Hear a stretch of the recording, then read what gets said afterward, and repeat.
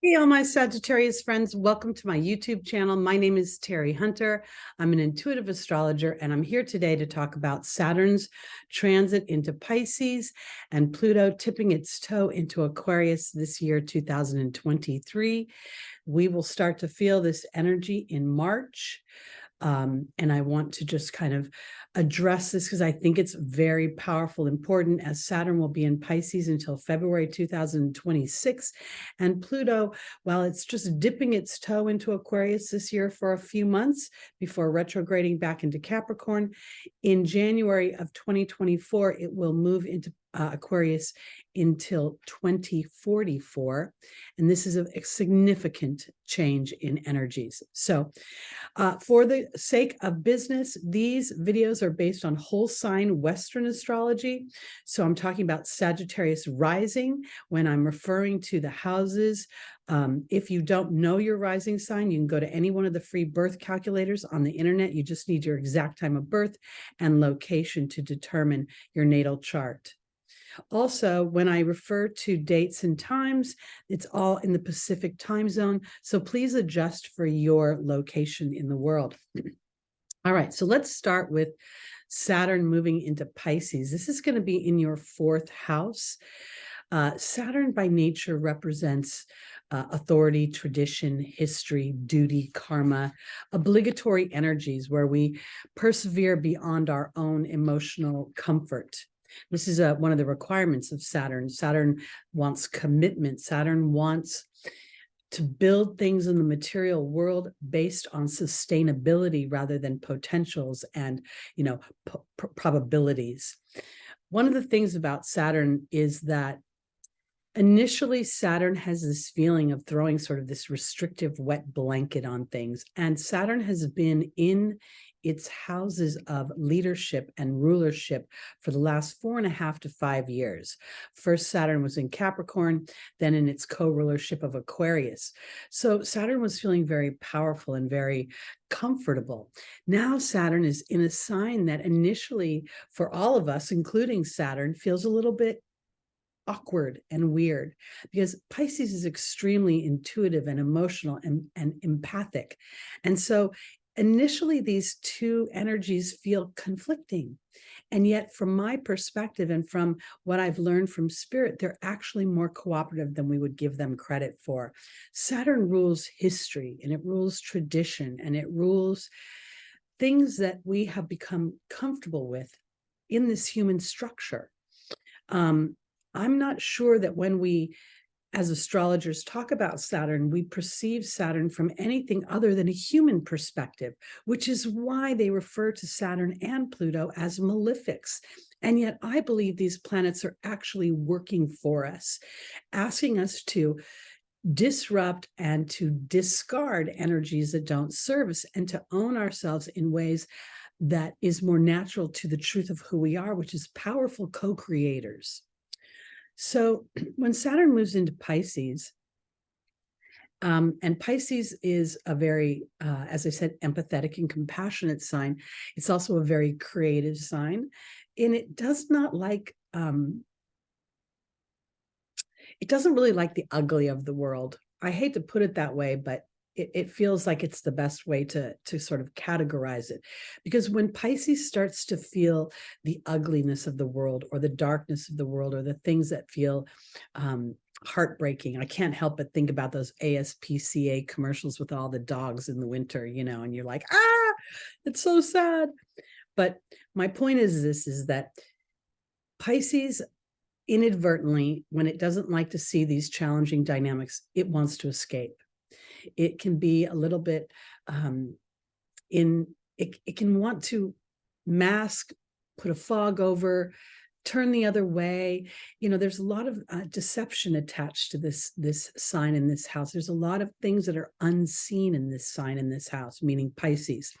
So I think it's important to sort of be aware that when Saturn moves into Pisces, it's going to ask the planets and the aspects that it's affecting to wake up and to stand boots on the ground and build from a strong, sustainable place versus what you're hoping will happen.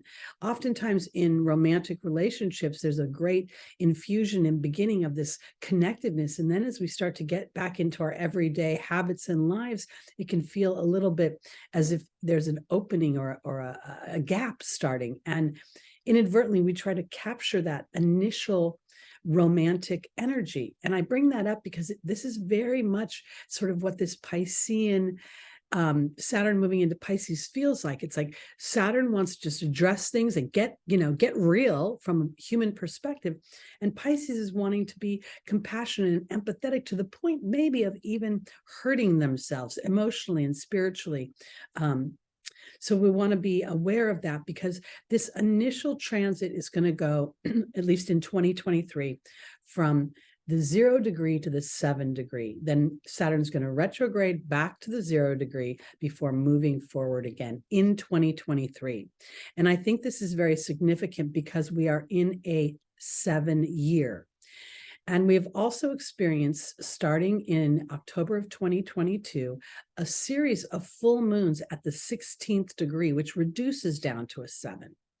In numerology, the 7 represents introspection from an intellectual point of view. It has a Libra energy to it, where it's looking at all the components of a situation and it's looking for balance. It's not judging whether they're good or bad, but whether it serves or doesn't serve. And I think this is super important because I think this is what Saturn's initial energy is asking of the aspects that are happening for you in your personal chart. And how this is going to affect you. For instance, for me, I have Pluto at 5 degrees Virgo. I don't have any planets in Pisces, but as Saturn moves into Pisces, it will make an opposition to my natal Pluto, something to be aware of. Very strong something to be aware of. So this is important. Saturn is going to ask us to put up any feelings of victimhood, any feelings of not being seen, meaning if you're not being seen by other people, are you seeing yourself and putting yourself up front? This is going to be Saturn's energy. I very much think of Saturn as Coach Boone from the movie Remember the Titans, because on the surface of things, Coach Boone looked like he was just a tough ass, a hard ass. And the truth of the matter is he was seeing long-term what the effects of his behavior and the dynamics they were in. And so he was playing to their long-term gain and reward. That is what Saturn does. Saturn plays to your long-term gain and reward. So as we go through these 0 to 7 degrees, we're literally going through what would be the first 7 houses of the zodiac sign, which is a very personal thing. It's the soul experiencing itself in the physical in the various aspects of those 7 houses. So now Saturn has entered your 4th house of home. So it's going to really kind of come down to the idea of Sagittarius rising and also moon and sun. Are you caring for yourself? Are you putting yourself as a priority in your life? Are you inadvertently hanging on to a historic story that doesn't really serve you anymore, or could very well be not necessarily current anymore? When I think about Saturn and Pisces and how they're cooperative, both energies represent a history of some kind. The 12th house represents ancestral energies. It is where the physical body releases itself so that the soul can go back into the collective. And when I say it represents ancestral bodies, it's this feeling of it's past lives and how past lives affect us in this life, meaning this similar to like the South Node, the habitual habits we have of thought, of belief, of behaviors and reactions. Saturn is going to ask you to sit in this 4th house energy and ask you if the stories that are disempowering you, the stories that may be holding you back, are still current. And it's really going to sort of feel kind of jarring at first, because Saturn is going to move into Pisces on March 7th. It will retrograde starting at the 7th degree on June 17th, and it will continue its retrograde until November 4th, 2023, before it moves forward again. So we're going to get 3 opportunities to experience this energy. And initially, I think it's going to be The most challenging is the first time that we feel this energy.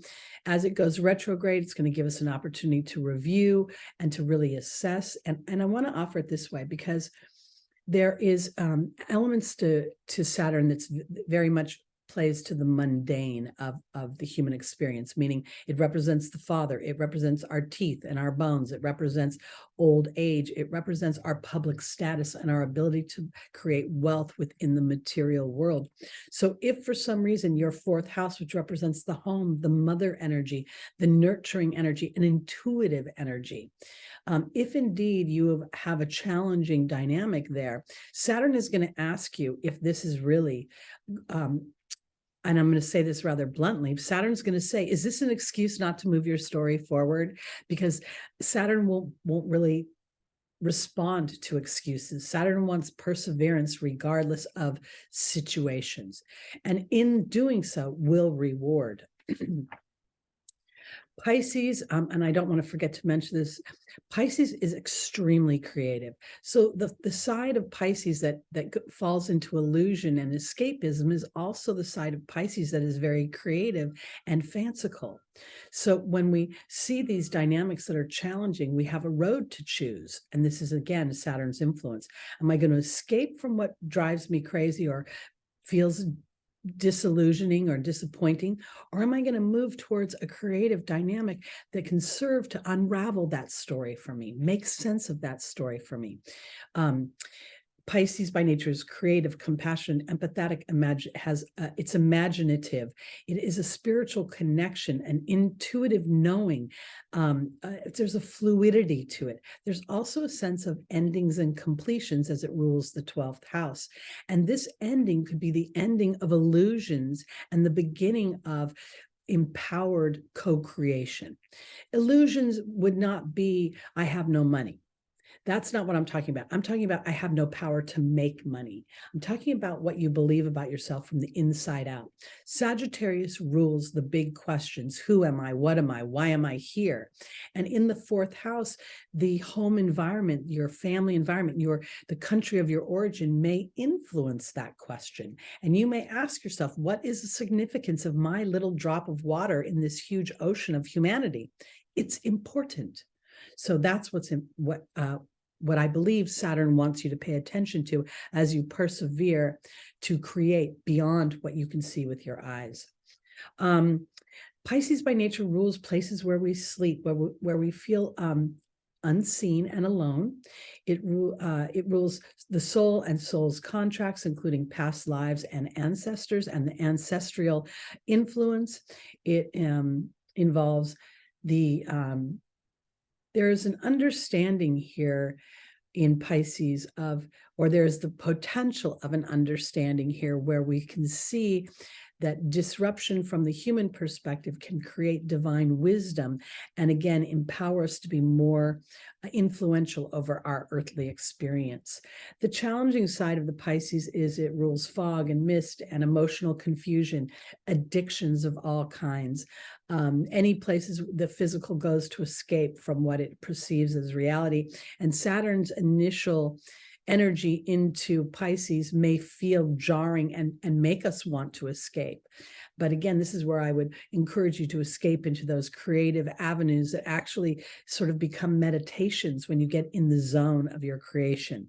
It also rules places where we mask, where there's deceit, there is a sense of oftentimes the 12th house is called the house of self-undoing, the house of karma, the house of hidden enemies. And sometimes those hidden enemies aren't necessarily outside of ourselves, but imprints and patterns of the way of thinking that are so deeply ingrained that we don't even realize on a conscious level that we're operating on them. So this is where Saturn's coming into Pisces and trying to kind of blow that energy up so that we can remove the illusions, remove the deceptions that we tell ourselves, and become more excited and motivated and inspired by our own creations. It also rules a sense of health. It rules mental health, physical health. on a mundane, like earthly level, Pisces rules places, where we say we're unseen. That's prisons, hospitals, mental hospitals, orphanages, old age homes, places where you actually take people and store them because, humanity doesn't quite know what to do with them. It is a place where we withdraw and we feel isolation. It deconstructs. And in some ways, it can feel almost as if there is a dissolving of energies and a dissolving of boundaries, which can be good news, bad news. It also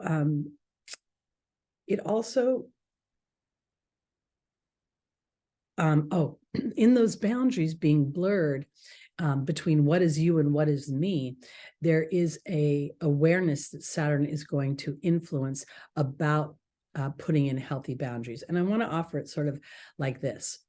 I mentioned earlier that, in a romantic relationship, there's this infusion of joy and excitement. You complete me, which I don't actually believe, but that's the line in the movie.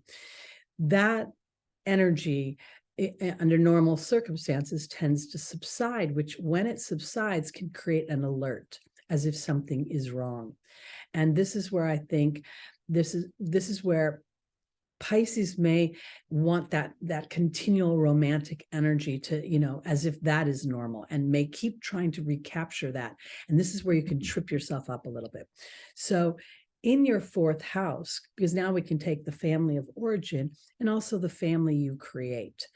And as you allow yourself the privilege of looking at whatever challenges that house, and all families have their challenges, whatever challenges that has, it can offer you an opportunity to move into a place of using that challenge as a creative muse, almost like the dark spots make the color pop.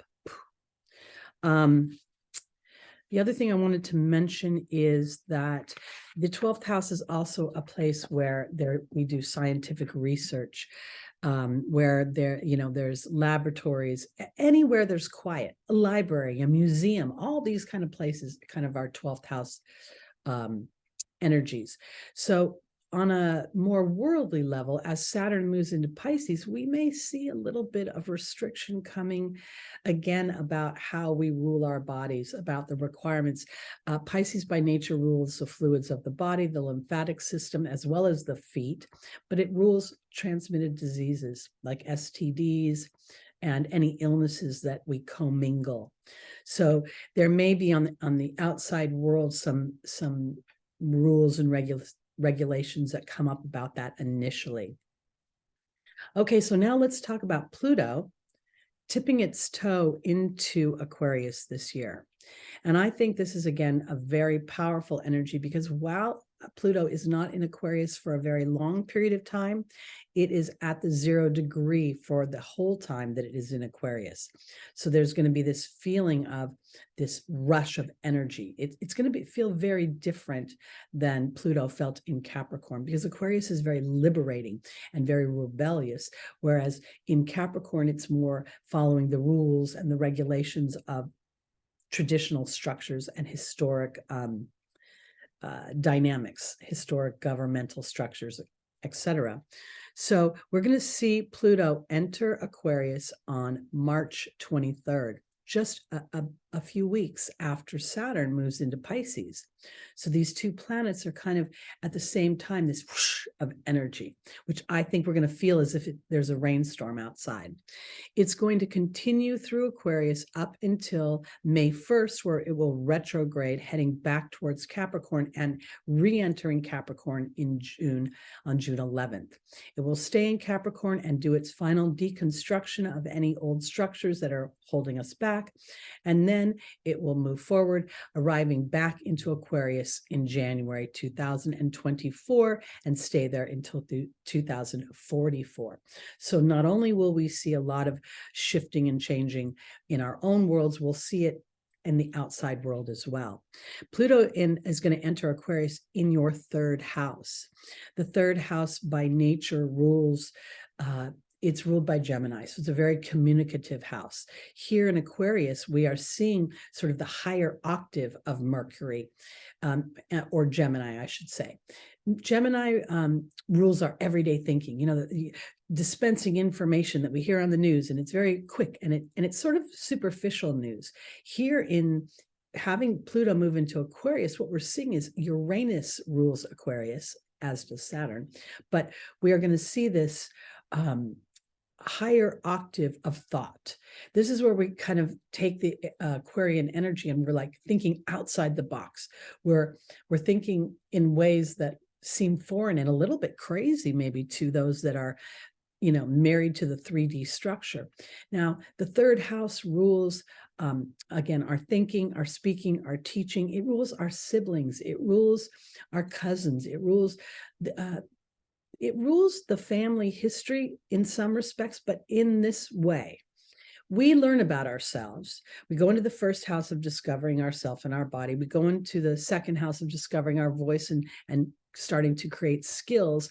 When we go into the third house, we start commingling with the neighborhood, with the kids at school, and we start to see our lives, our families in comparison to others. And here, I think this is going to give you an opportunity to liberate yourself from, again, any old stories or any energies that have felt restrictive or dampening in some way. Pluto, while it is initially considered death, decay, all these very, very dark energies, Pluto at the same note, Pluto's very godlike in the sense that it sees the darkness of humanity and it understands it from a very broad perspective.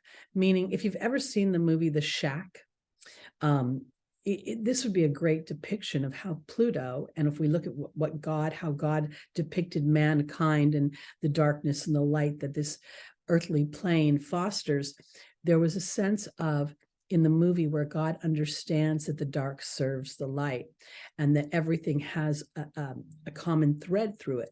So I think here what we're starting to see is Pluto coming into Aquarius to liberate you from any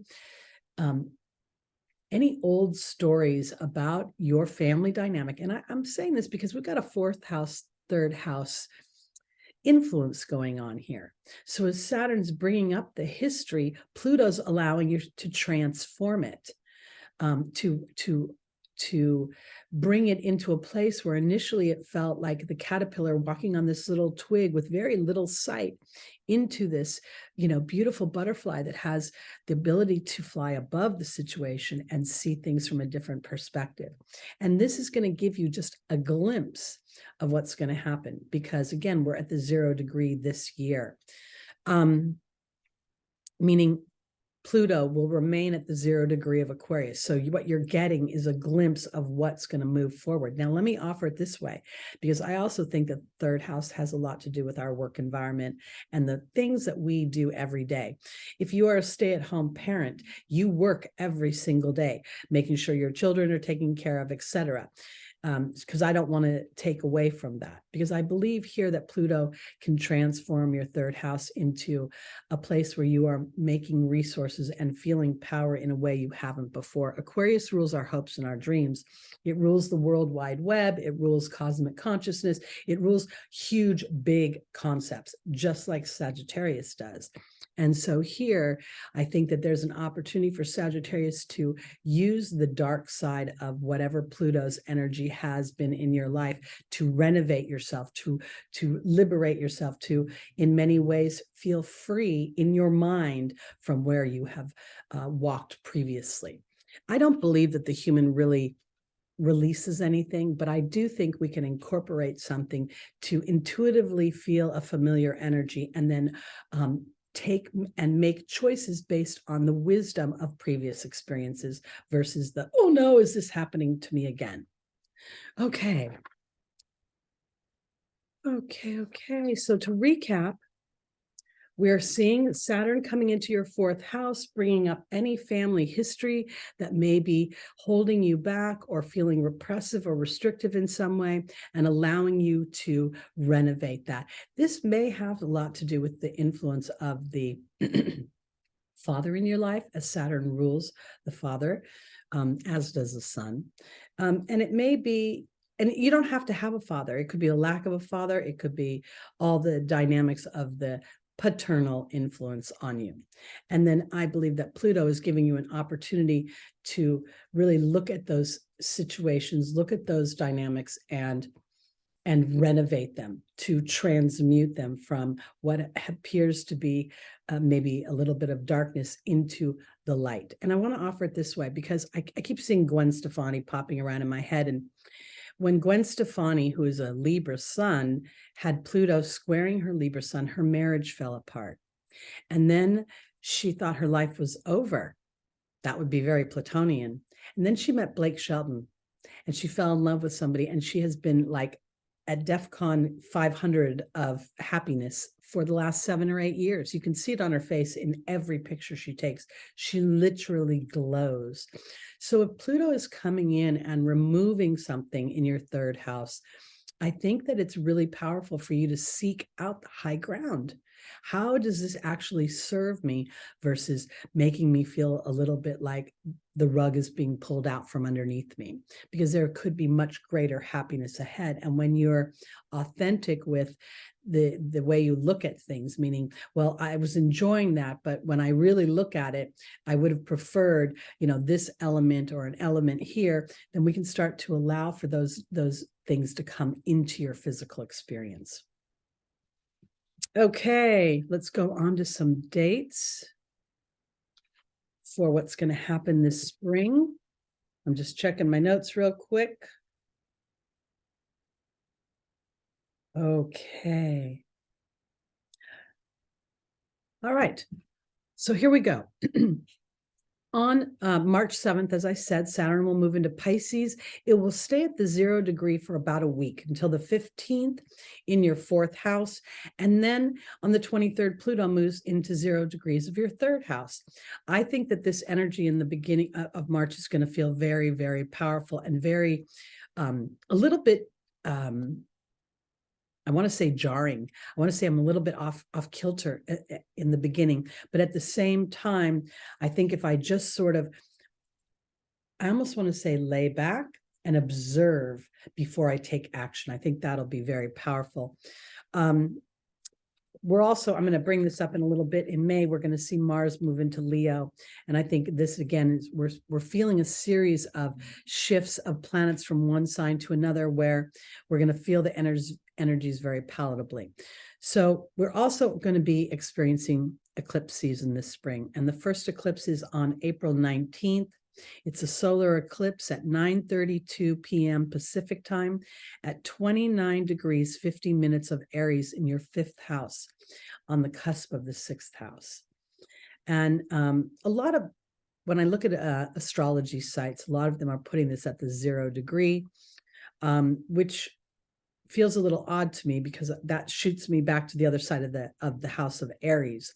So where I'm going is that Sagittarius has an opportunity during this eclipse to really start to implement energies, Aries 5th house, your own personal view, being courageous and brave about what you want to experience in the way of enjoyment, entertainment, romance, the conception of children. We also see that 3rd house being activated by Pluto.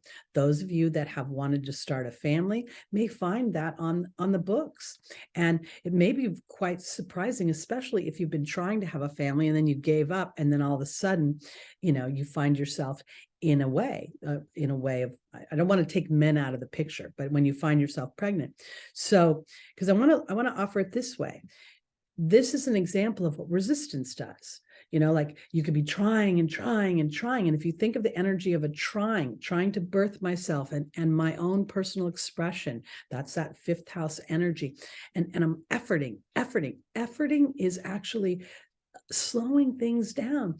It's when we trust effortlessly and create through joy that we have the most traction in the physical world.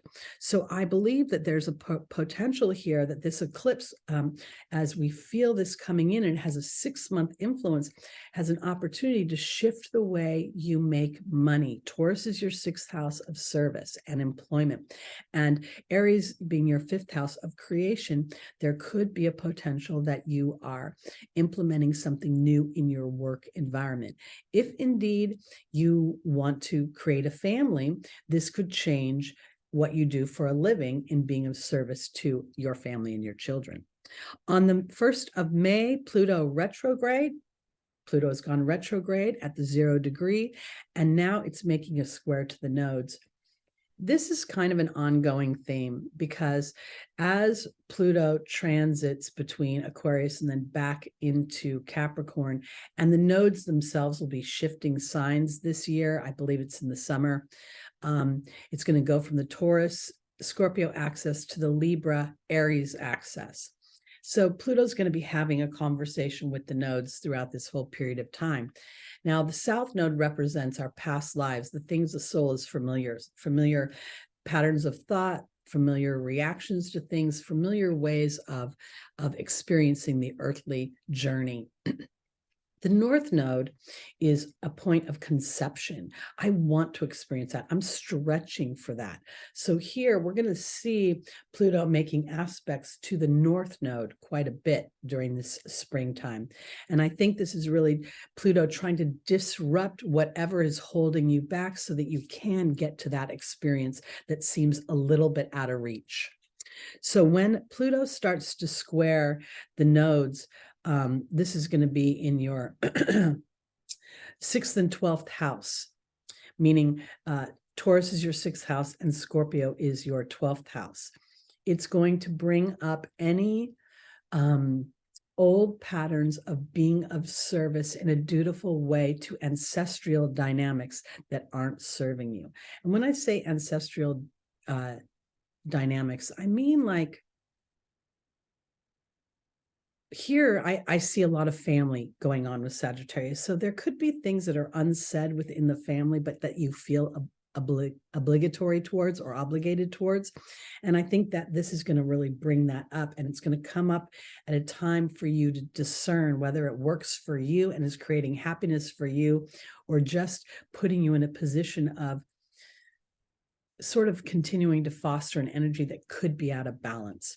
On the 5th of May at 10:34 a.m. Pacific time, we're going to have a lunar eclipse in Scorpio, your 12th house, at 14 degrees. 14th degree is the Taurus degree. And a lunar eclipse is an eclipse, a full moon. A lunar eclipse is on a full moon. This is an opposition between the sun and the moon. The sun will be at 14 degrees Taurus in an exact conjunction to Uranus. Uranus rules Aquarius, your 3rd house. So I think that this period of time with these 2 eclipses is going to bring something to fruition that illuminates a path that allows you to integrate your experience, not release it, not exterminate it, but rather to make it work for you. This is very, very powerful because Uranus is liberating you. At the Taurus degree, Taurus rules family history, which then affects my self-worth for the good or the bad. On the 16th of May, Pluto, again, retrograde in your 3rd house, is squaring Jupiter entering Taurus. This is, again, repeating your 6th house. And Jupiter is starting to make a conjunction with the North Node. On this day, it's the North Node is at 3 degrees. So we're seeing this, Jupiter, your ruling planet, asking, what do you believe about the potentials of you experiencing this very powerful energy of your own creation? Taurus rules our self-worth, it rules beauty, it rules money. And here on this, we saw the eclipses on the axis of work and service.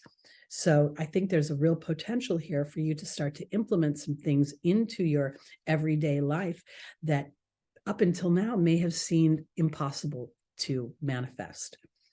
On the 20th of May, Mars is entering Leo, your 9th house at 0 degrees, making an opposition to Pluto retrograde, 0 degrees in your 3rd house.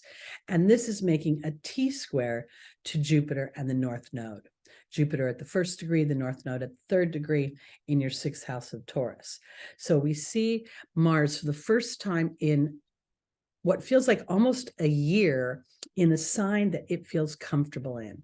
It's like fire and fire. I'm ready to get rolling and moving. And Leo by nature is the conception of children. It is personal fun, pleasure, hobbies. This is what we were talking about when we were seeing that solar eclipse in your 5th house, which is normally ruled by Leo when we go about the proper zodiac wheel. So here, while Mars and Pluto are making an opposition, I believe that Mars and Pluto are always cooperative in some level, even in opposition, because they both rule Scorpio.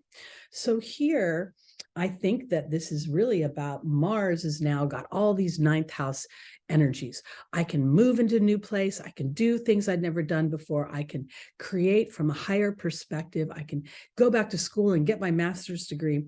And then Pluto in your 3rd house is saying, okay, you want to do that, but how are you going to handle your 3rd house activities? How will you make money? And I say that because, again, our 3rd house is our everyday activities. So whatever we're doing, whether we're running to the market, picking the kids up from school, going to our jobs, back and forth on our roadways, we are interacting with our everyday activities. And here, I think that what's happening is Pluto is making this T-square because it is asking you to really look at what it is you want to birth of your own, what is about you and you exclusively. That's Mars. And then when it makes the T-square to Jupiter in your 6th house, it's giving you an opportunity to release any beliefs you have that enslave you to a dynamic that doesn't work for you or isn't creating your happiness. And that's why we're seeing a solar eclipse on the cusp of your 6th house.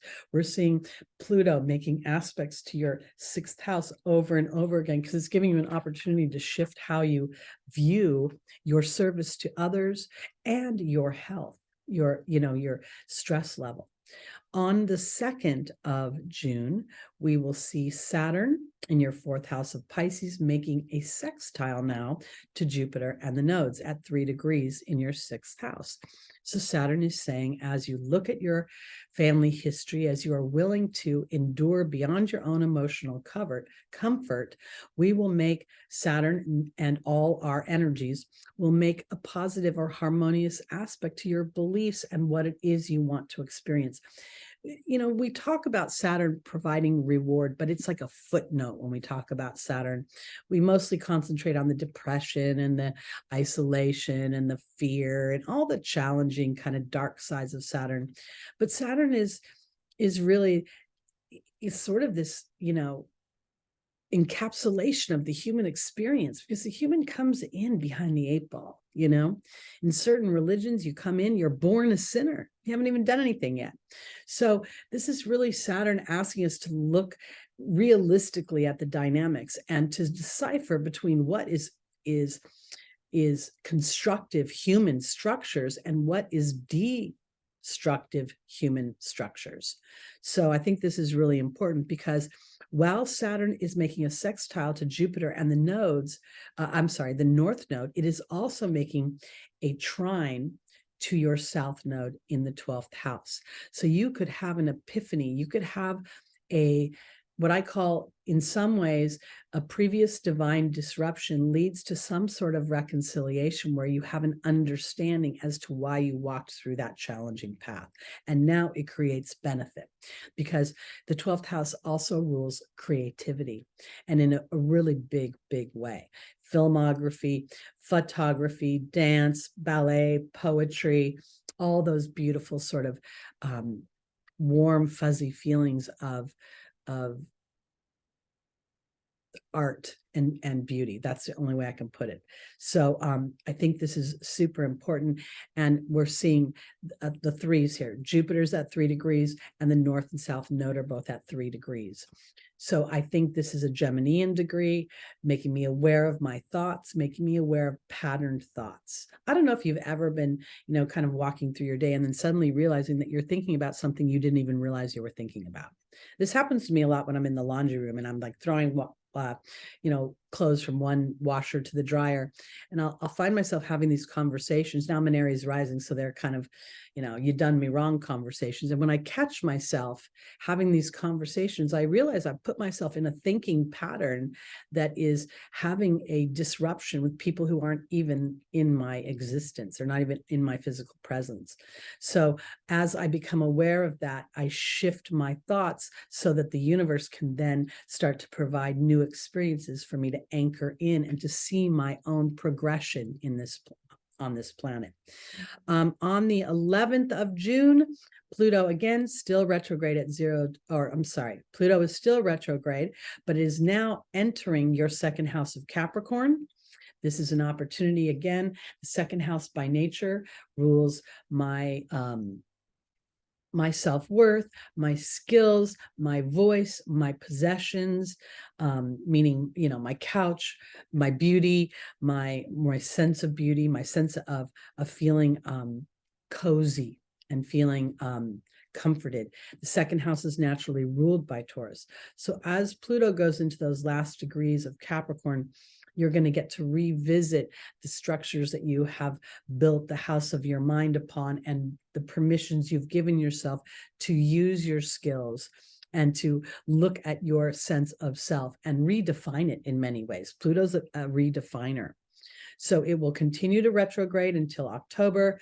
Then it will move forward and re-enter your third house of Aquarius for the next 20 years in 2024. On the 17th of June, Saturn will go retrograde. It will go retrograde in Pisces until the 4th of November. Again, Saturn is transiting 0 to 7 degrees through the year 2023. So this is a really powerful opportunity to look at how those 0 to 7 degrees represent the first 7 houses of the zodiac and how I'm processing myself and my historic patterns of reaction, thought, and belief in regards to those 7 houses. Because on the 18th and about through the 23rd, we're going to have Saturn now retrograde 7 degrees Pisces, making a sextile to Jupiter 7 degrees Taurus. So we've got Saturn in your 4th house, Taurus in your 6th house. So as you reconcile that experience within the home environment and you start to really examine how much you're taking care of yourself, how much you're giving life to your dreams, how much you're persevering through obstacles, how much you are willing to kind of endure beyond your ability to see the outcome.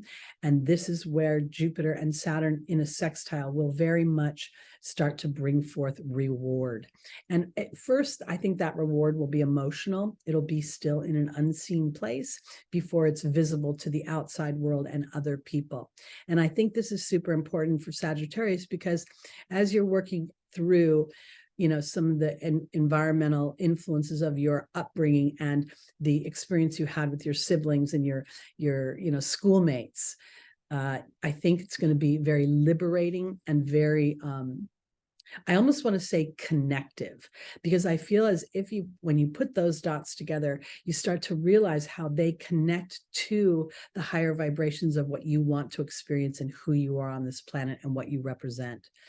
Jupiter by nature, again, rules Sagittarius. Jupiter is expansive and wealth and good luck. It's the connection to the angelic realm. So we have an intuitive energy going on here. It also rules the Supreme Court and it rules large religious institutions and broad thoughts, and again, it rules higher education. So there may be part of Sagittarius that wants to go back to, school and continue your education. And that might be part of what that third house influence is as well. Okay, that's it for now.